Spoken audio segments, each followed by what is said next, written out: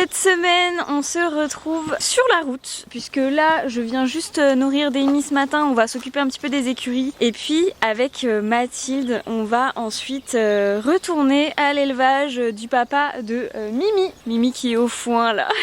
Donc on va retourner à son élevage, donc on va lui faire un petit coucou et on va surtout voir une ponette. Pour l'histoire, cette ponette, ça fait un moment que je parle d'elle avec l'éleveuse parce que c'était un coup de cœur pour moi, cette ponette. Et eux, ça fait un moment qu'ils hésitent à la garder ou non pour leur élevage. Et du coup, aujourd'hui, on va lui rendre visite. Donc ça va être une journée plutôt cool. Oui, c'est parti!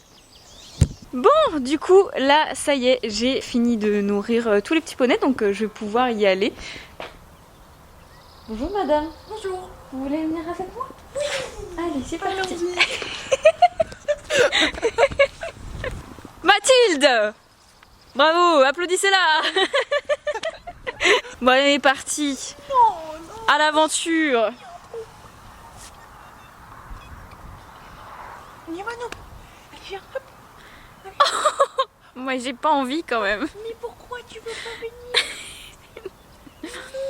Oula, oui, c'est vraiment pas du tout là, c'est bien. Mathilde, ma copine d'aventure. Chill. Allez, go pour 2 heures de route et nous serons en Bretagne. Enfin, certains disent qu'on est déjà en Bretagne, d'autres disent que non. Oui? C'est la Bretagne géographique, mais pas historique.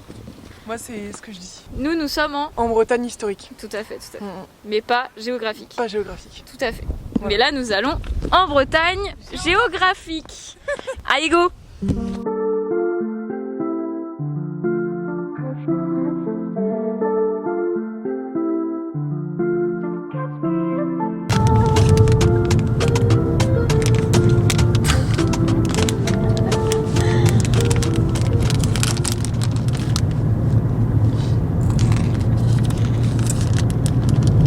Ça, tu te régales? Tiens, t'en veux?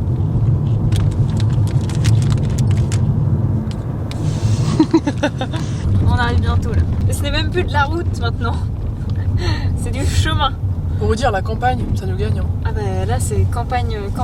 Nous arrivons bientôt. Après 6 heures de route. Oh oui, au moins ça. Oh là là. C'était très très long. Une journée entière. Il nous reste 10 minutes et nous serons arrivés.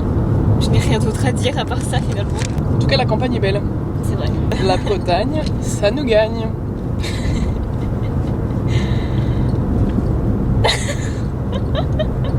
C'est chouette la Bretagne. Mettez en commentaire ceux qui habitent en Bretagne. Mettez un petit drapeau. Non, il n'y a pas de drapeau Bretagne sur le téléphone malheureusement. Pourtant ce pays est si indépendant. Bon allez, on va pas faire un. Allez, à tout à l'heure. Très indépendant la Bretagne.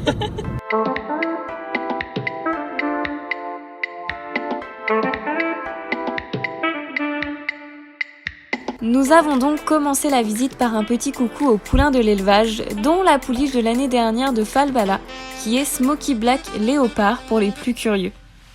Coucou les minous. Vous êtes tous très beaux, oui oui oui. Oh là là. Voilà, trop d'amour, oui. Surtout qu'ils ont l'air vraiment très traumatisés.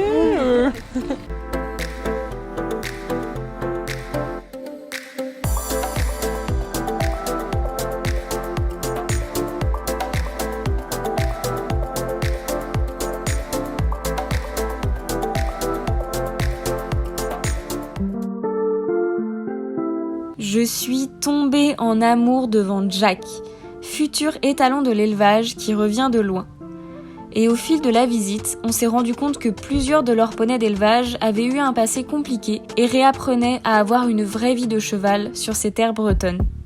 Chaque cheval y est respecté et soigné, qu'importe son passé ou sa place au sein de l'élevage. Ils ont tous les soins nécessaires à leur bien-être, qui sont pourtant bien trop souvent oubliés dans l'élevage, comme le dentiste, l'ostéo régulièrement et même le shiatsu.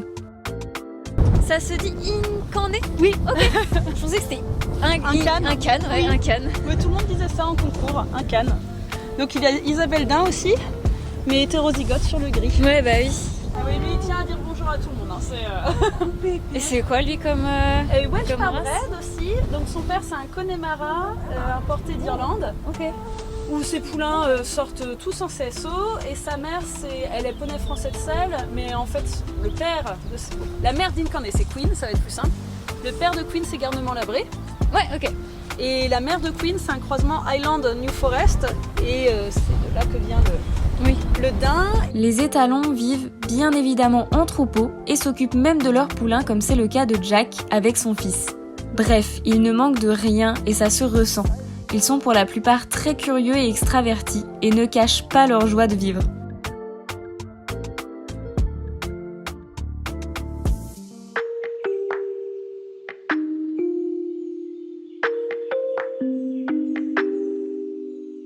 Une des plus réservées était Falbala. Falbala a 8 ans. C'est une ponette ONC d'environ 1m30, palomino léopard. Arrivée à l'élevage dans un état vraiment moyen, manquant fortement de soins, un gros travail a été fait pour la retaper. Ostéo, dentiste, pieds et plusieurs séances de shiatsu, mais malgré tout ça, Falbala ne trouve pas sa place. Fuyant le licol, étant toujours un peu en retrait, peu maternelle, l'élevage m'a alors contactée car elle pourrait peut-être convenir pour les écuries, et j'en suis plutôt convaincue également. Je suis persuadée que Falbala pourrait s'ouvrir et s'épanouir dans une écurie comme la nôtre. Car comme vous le savez, chez nous aussi, on récupère les incompris. Cette jument me touche beaucoup quelque part. Elle a ce regard que portent Race, Deimi ou encore Idylle, cette douceur et cette gentillesse que je reconnais tant. Falbala est actuellement pleine d'Incarné et sera à terme le 2 février 2024. Ce serait donc potentiellement son dernier poulain avant d'arriver à la maison et de trouver son cavalier. Rien de sûr encore pour l'instant, mais je tenais à vous présenter un petit peu cet élevage où je m'étais déjà rendue en 2021 pour la saillie de Deimi avec Fusain, le père de Mirac, qu'on n'a malheureusement pas pu voir aujourd'hui car il est actuellement au travail dans une autre écurie, mais bien sûr, on reviendra pour le voir. Et d'ailleurs, regardez, est-ce qu'on n'a pas fait exprès parce qu'on est en Bretagne? Non, ce serait pas Je possible. trouve pas ça très bon en vrai, moi, le presque là. Hello darkness, my old friend. Oh putain, je me suis pris du vent dans la gueule toute la... On s'est pris du vent, Léa, d'accord, Ouais. tu n'étais pas toute seule. Oui, c'est vrai. Oui, moi j'avais les cheveux là.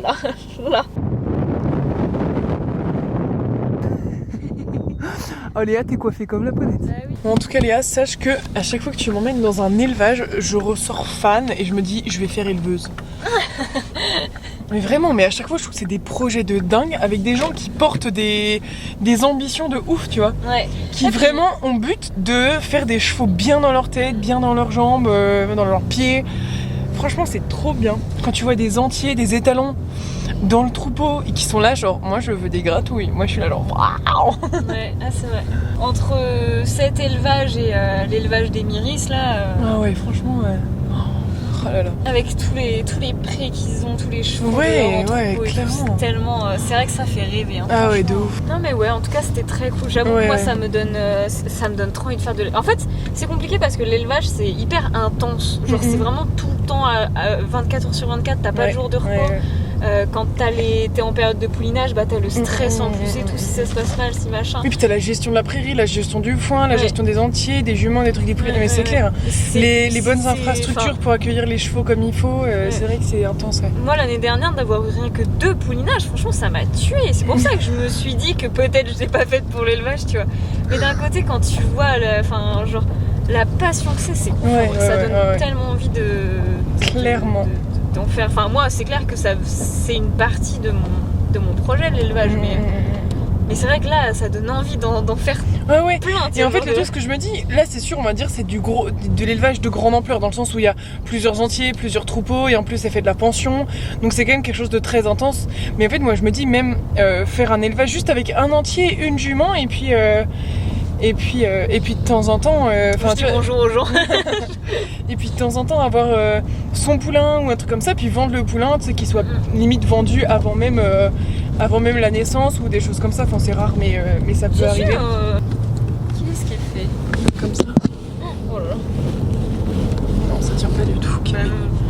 C'était bien ou tu... faut juste que tu tiennes la Mais caméra. c'est fatigant de ouf en fait. Ah pardon. Mais oui, excuse-nous, bah oui en fait, oui.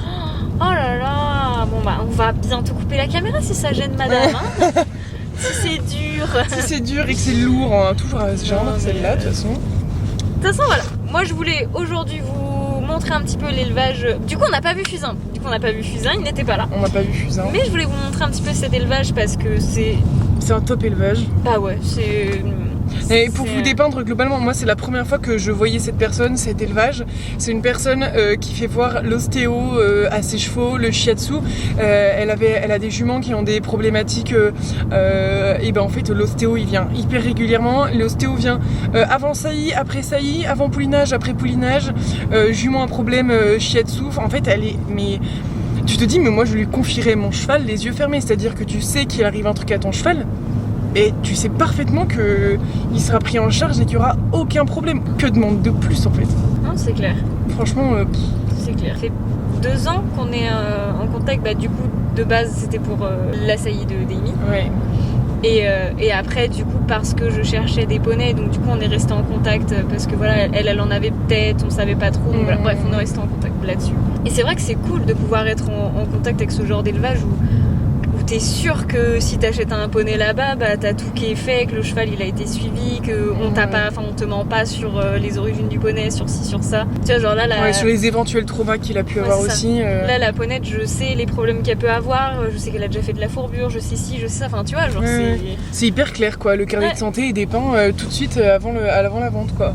Ouais. Non, c'est trop cool. Après voilà, pour la ponette, dans tous les cas, moi je pense la récupérer après son poulinage, au moins ça c'est sûr, parce qu'il me manque de toute façon une ponette de cette taille pour la structure pour l'écurie.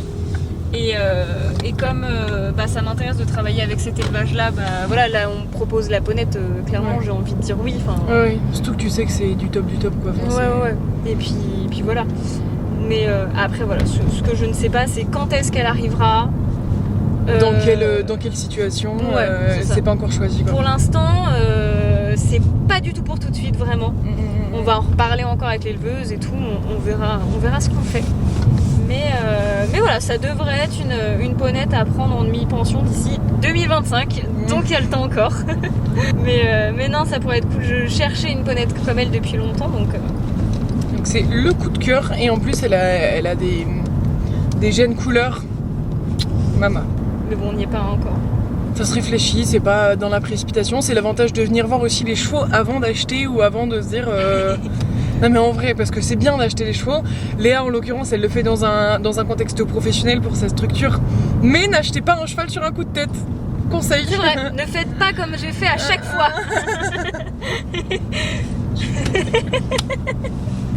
Ah moi j'ai toujours fait ça, hein. Mais bon, au final, moi je suis un mauvais exemple parce que ça marche toujours. Non mais la mauvaise morale. En l'occurrence, la vidéo montre complètement le contraire, puisque pour le coup la jument, t'es venu la voir avant, tu te renseignes, tu vas la voir. Dans le sens où celle-là, tu l'avais comme repérée. C'est comme Iliade, tu l'avais repérée, tu savais que de toute façon celle-là tu voulais qu'elle finisse, tu vois. Donc c'est pas vrai pour tous. Enfin bref, voilou. À tout à l'heure. Ah bon? Il y a quoi à faire tout à l'heure? Pourquoi Je dis à tout à l'heure et peut-être qu'on reprendra la caméra dans la voiture. Ah bon? Si on a d'autres trucs à dire, écoutez. Si on se souvient d'un truc intéressant. On fera une autre trop à la structure